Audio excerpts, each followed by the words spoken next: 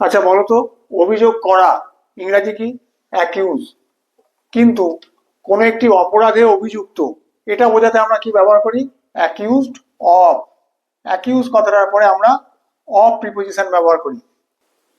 আবার দেখো, অন্ধ ইংরাজি কি জানি আমরা? ব্লাইন্ড। কিন্তু কোনো কিছু ইচ্ছা করে না দেখা, সেটাকে আমরা কি বলি? Blind to. তাহলে দেখো, এই কিছু কিছু ওয়ার্ডের পরে স্পেসিফিক কিছু প্রিপোজিশন বসে। এই প্রিপোজিশনগুলি, যেগুলি স্পেসিফিক ওয়ার্ডের পরে স্পেসিফিক প্রিপোজিশন বসে, তাদের আমরা বলি appropriate preposition. Welcome my dear students and friends, welcome to a new session of English grammar series in my English Helpmate YouTube channel. Today our topic is appropriate prepositions. Let us start our class. দেখো কি বলছে, according to English usage certain words are followed by specific or particular prepositions. They are called appropriate prepositions. নির্দিষ্ট কিছু word রয়েছে যেগুলির পরে specific আর particular কিছু প্রিপোজিশনই বসে, তবেই মিনিংফুল একটা কম্বিনেশন তৈরি হয়। অন্য কোনো প্রিপোজিশন বসালে কিন্তু হবে না। দে আর কল্ড অ্যাপ্রোপ্রিয়েট প্রিপোজিশনস, তাদেরকে অ্যাপ্রোপ্রিয়েট প্রিপোজিশন বলে। কথার মাধ্যমেই বোঝা যাচ্ছে যে অ্যাপ্রোপ্রিয়েট একমাত্র সেই প্রিপোজিশনটি বসতে হবে, না হলে কথাটার কোনো মিনিং হবে না।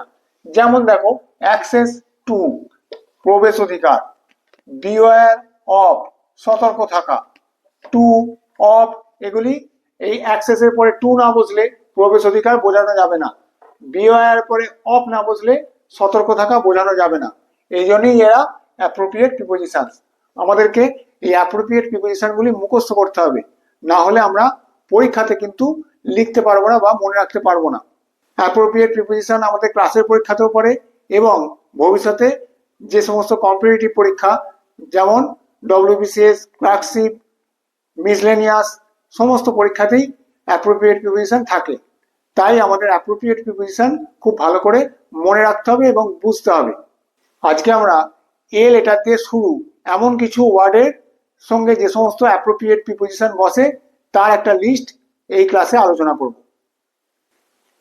দেখো কি বলছে, অ্যাবাইড বাই। অ্যাবাইড এর পরে কি হয়? বাই। অ্যাবাইড ইন হয়, অ্যাবাইড ইন মানে কোন একটা জায়গায় থাকা, abide in a place, abide by some rule, abide by মানে মেনে চলা, অ্যাবাইড বাই মানে মেনে চলা। অ্যাবাইড ইনের থেকে আমাদের পরীক্ষাতে বেশি আসে অ্যাবাইড বাই, সেই জন্য আমরা অ্যাবাইড বাইটা করেছি। অ্যাবাইড বাই মানে মেনে চলা। We should abide by the rules. Abide by হয়, অ্যাবাইড ইন হয়, অ্যাবাইড উইথ হয়। Abide in some place, abide with somebody মানে কারুর সাথে থাকা, আর অ্যাবাইড বাই সাম রুল কোনো রুল মেনে চলা, সেক্ষেত্রে আমরা বলি অ্যাবাইড বাই। অ্যাবাউন্ড ইন প্রচুর পরিমাণে থাকা। Fish abounds in the pond মানে এই পুকুরে প্রচুর মাছ রয়েছে, অ্যাবাউন্ডস ইন, বোঝা গেল। আবার দেখো, অ্যাবাউন্ড উইথ মানেও প্রচুর পরিমাণে থাকা বা রাখা। দেখো এটা হচ্ছে কন্টেন্ট, আর এখানে দেখো the pond abounds with fish মানে পুকুরটা অনেক মাছ রেখেছে, বলতে গেলে পুকুরটা অনেক মাছ রেখেছে।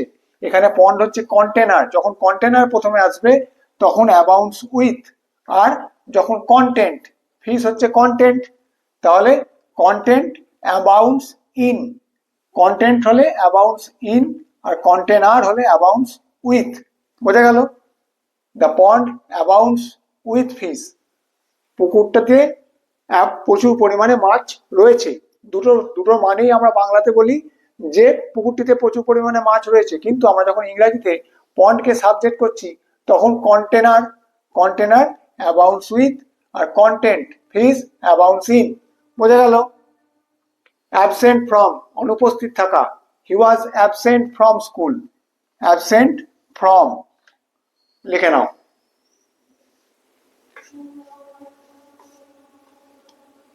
দেখো, অ্যাবজর্বড ইন নিবিষ্ট থাকা, অ্যাবজর্বড ইন একদম কোনো কিছুর মধ্যে ঢুকে যাওয়া, নিবিষ্ট থাকা। He is absorbed in meditation, সে ধ্যানে নিবিষ্ট বা মগ্ন। অ্যাক্সেস টু অ্যাক্সেসের পরে কি হয়? টু, প্রবেশ অধিকার, প্রবেশাধিকার দেওয়া। Common people have no access to this area, সাধারণ মানুষ এখানে প্রবেশ করতে পারে না, বা সাধারণ মানুষের এইদিকে এই এলাকাতে প্রবেশাধিকার নেই। অ্যাকর্ডিং টু মানে অনুসারে, according to the teachers order we did the job, শিক্ষক মহাশয়ের আদেশ অনুসারে আমরা এই কাজটি করেছিলাম। According to the teachers order we did the job, শিক্ষক মহাশয়ের আদেশ অনুসারে আমরা কাজটি করেছিলাম। অ্যাকম্প্যানিড বাই, সঙ্গী হওয়া। I was accompanied by my friend, আমার সঙ্গে কে গিয়েছিল? আমার বন্ধু। I was accompanied by my friend, তাহলে accompanied by, according to, access to, absorbed in.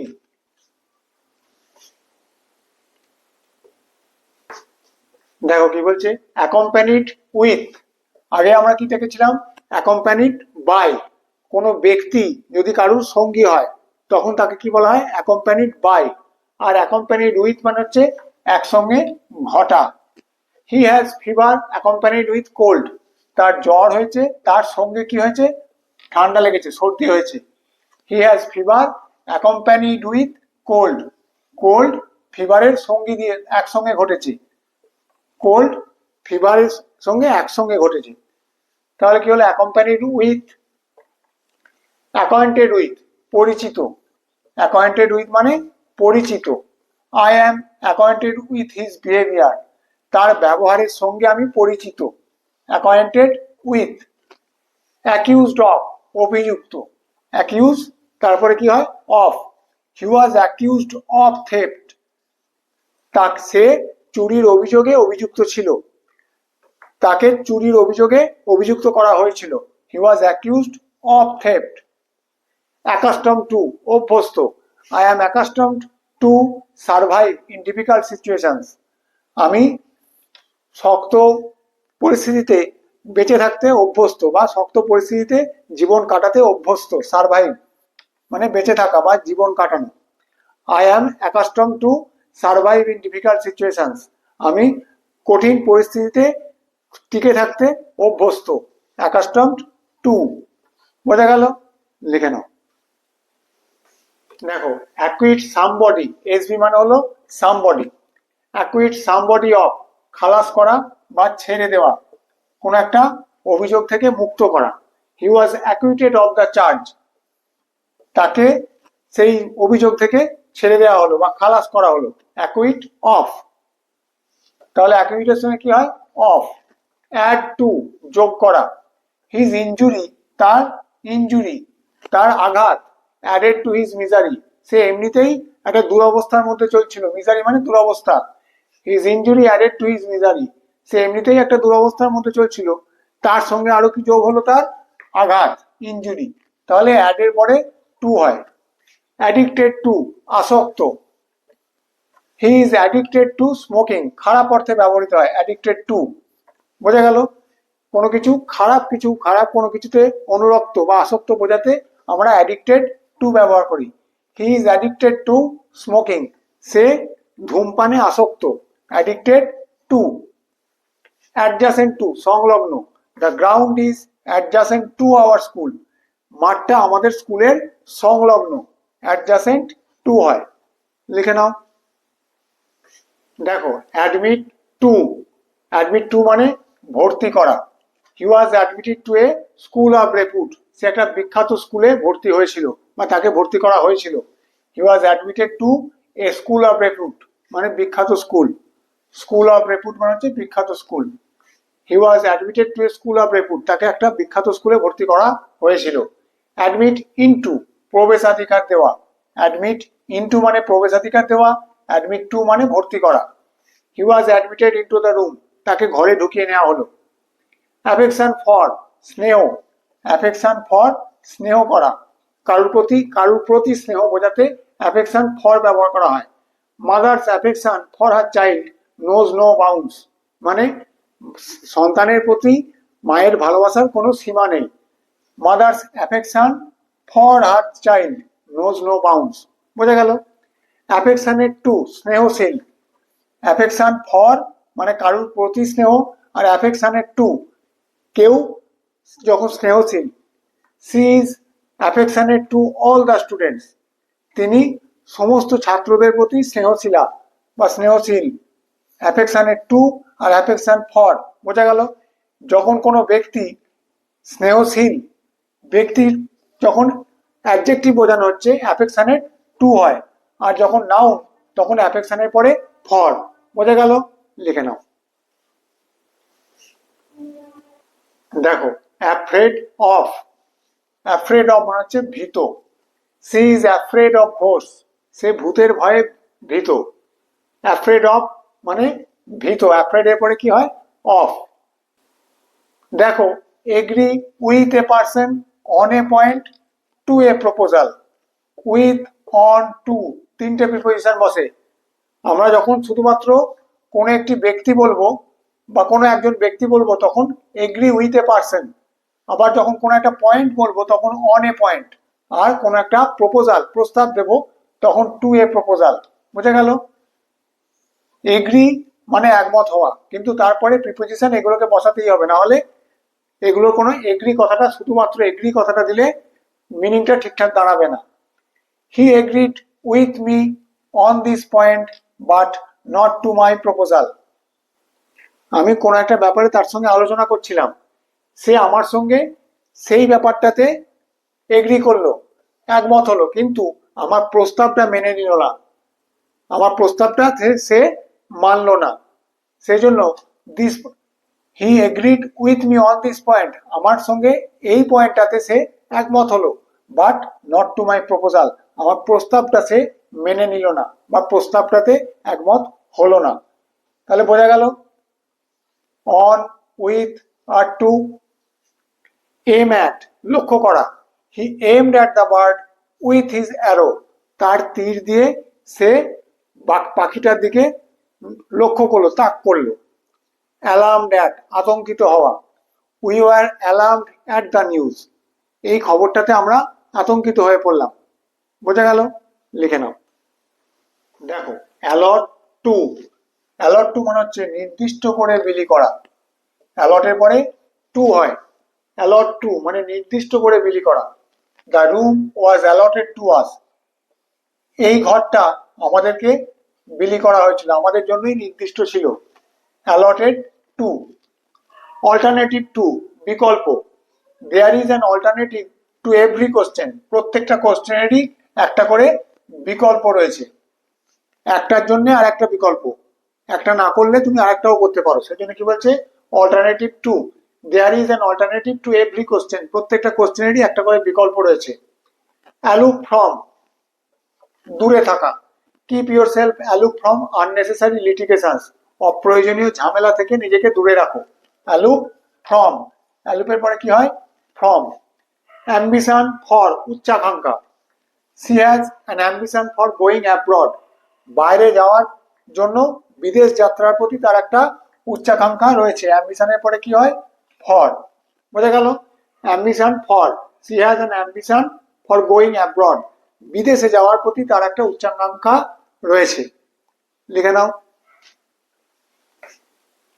দেখো, angry with somebody for something, কোনো ব্যক্তির উপরে রাগ, অ্যাংরি উইথ সামবডি, আর কোনো কিছুর জন্য রাগ, angry for something. He was angry with his friend, তার বন্ধুর ওপর সে রেগে গিয়েছিল। For not helping him, for কোন একটা কারণের জন্য, সামথিং নট হেল্পিং হিম, তাকে সাহায্য করেনি বলে সে তার বন্ধুর উপরে রেগে গিয়েছিল, বোঝা গেল? অ্যাংরি উইথ আর ফর। অ্যানয়েড উইথ, একই ব্যাপার, annoyed with somebody for something, কোনো লোকের ওপরে অ্যানয়েড, বিরক্ত, আর কোনো কিছুর জন্য বিরক্ত। I am annoyed with you for repeatedly making the same mistake, আমি তোমার উপর বিরক্ত হয়ে গেছি কারণ তুমি একই মিস্টেক, একই ভুল বারবার করছো। Annoyed with you for repeatedly making the same mistake, বোঝা গেল? উইথ আর ফর। অ্যাংসাস অ্যাবাউট, উদ্বিগ্ন। He was anxious about my health, সে আমার স্বাস্থ্যের জন্য উদ্বিগ্ন ছিল। অ্যাপেটাইট ফর, অ্যাপেটাইটের পরে কি হয়? ফর, ক্ষুধা। ক্ষুধা শুধু যে খাবারেরই হয় তা নয়, এখানে দেখো একটা উদাহরণ দিয়েছি, I have an appetite for success, মানে সফলতা লাভ করার ক্ষুধা। আমার একটা সফলতা লাভ করার ক্ষুধা রয়েছে। I have an appetite for success. বোঝা গেল? লিখে নাও। দেখো, appeal two somebody for something against something wrong. Appeal two, কোনো ব্যক্তিকে অ্যাপিল করা, কোনো কিছুর জন্য অ্যাপিল করা, আর কোনো কিছুর বিরুদ্ধে অ্যাপিল করা। বোঝা গেল? দেখো, অ্যাপিল মানে আবেদন করা, to somebody for something against something wrong. I appeal to the headmaster for right judgement against the misconduct of the class monitor. মানে আমি হেডমাস্টারের কাছে অ্যাপিল করলাম, to the headmaster for right judgement, কিসের জন্য? সুবিচার পাওয়ার জন্য, ঠিকঠাক বিচার পাওয়ার জন্য। কি হয়েছে? Against the misconduct of the class monitor. Class monitor কোনো খারাপ আচরণ করেছে, তার বিরুদ্ধে আমি হেডমাস্টারের কাছে অ্যাপিল করলাম ঠিকঠাক বিচার পাওয়ার জন্য। বোঝা গেল? To, for, against. তারপর দেখো, apply to somebody for something, এটাও আবেদন করা, কিন্তু এটা অফিসিয়াল ক্ষেত্রে। মানে ধরো কেউ কোনো পদের জন্য আবেদন করছে, সেক্ষেত্রে আমরা কি বলি? কোনো কিছুর জন্য আবেদন করা, কোনো অফিসে কোনো কিছুর আবেদন করা হচ্ছে, সেটাকে বলা হয় অ্যাপ্লাই। আর অ্যাপিল, অ্যাপিল মানে হচ্ছে হায়ার অথরিটিকে কোনো কিছু জানানো। He applied to the managing director of the company for the post. Apply to somebody for something, কাউকে অ্যাপ্লাই করা আর কিছুর জন্য অ্যাপ্লাই করা। He applied to the managing director of the company for the post. সে একটা post, কোনো advertisement বেরিয়েছে, কোনো একটা কোম্পানিতে কোনো পোস্টে লোক নেওয়া হবে, সেই পোস্টের জন্য সে ম্যানেজিং ডিরেক্টরকে অ্যাপ্লাই করলো, চিঠি লিখলো। বোঝা গেল? লিখে নাও। দেখো, অ্যাপটিটিউড ফর, স্বাভাবিক দক্ষতা। কারণ স্বাভাবিক দক্ষতা, কোনো একটা বিষয়ে স্বাভাবিক দক্ষতা বোঝাতে অ্যাপটিটিউড ফর ব্যবহার করা হয়। অ্যাপটিটিউডের পরে কি হয়? For. C has an aptitude for statistics. Statistics একটা সাবজেক্ট, সেইটাতে তার স্বাভাবিক যে দক্ষতা, সেটা বোঝাতে আমরা অ্যাপটিটিউড ফর ব্যবহার করলাম। অ্যাপটিটিউডের পরে কি হয়? ফর। অ্যারাইভ অ্যাট, পৌঁছানো। We arrived at the airport in time. আমরা যথা সময়ে, ঠিকঠাক সময়ে এয়ারপোর্টে পৌঁছেছিলাম। Argue with somebody for or against something. Argue with somebody আর for or against something. He argued with his senior for rejecting his proposal. Argued with মানে তর্ক করেছিল তার সিনিয়রের সঙ্গে, ফর রিজেক্টিং হিজ প্রপোজাল, সে একটা প্রস্তাব দিয়েছিল, সেটা রিজেক্ট করেছিল তার সিনিয়র, সেই জন্য তার এগেনস্টে বা সেই জন্য সে তার সিনিয়রের সাথে তর্ক করেছিল বা যুক্তি আলোচনা করেছিল, যুক্তি দেখিয়েছিল তার প্রপোজালের পক্ষে। অ্যাসাইন টু, নির্দিষ্ট করে দেওয়া। I assigned the task to him. I assigned the task to him, আমি তাকে এই কাজটা তার জন্য নির্দিষ্ট করলাম। বোঝা গেল? লিখে নাও। দেখো, অ্যাসেমড অফ, লজ্জিত হওয়া। অ্যাসেমড অফ, কোনো কিছুর জন্য লজ্জিত হওয়া। He was ashamed of his conduct. Ashamed of something, he was ashamed of his conduct, তার নিজের আচরণের জন্য সে লজ্জিত হয়েছিল। আর অ্যাসেমড ফর সামবডি, কারুর জন্য।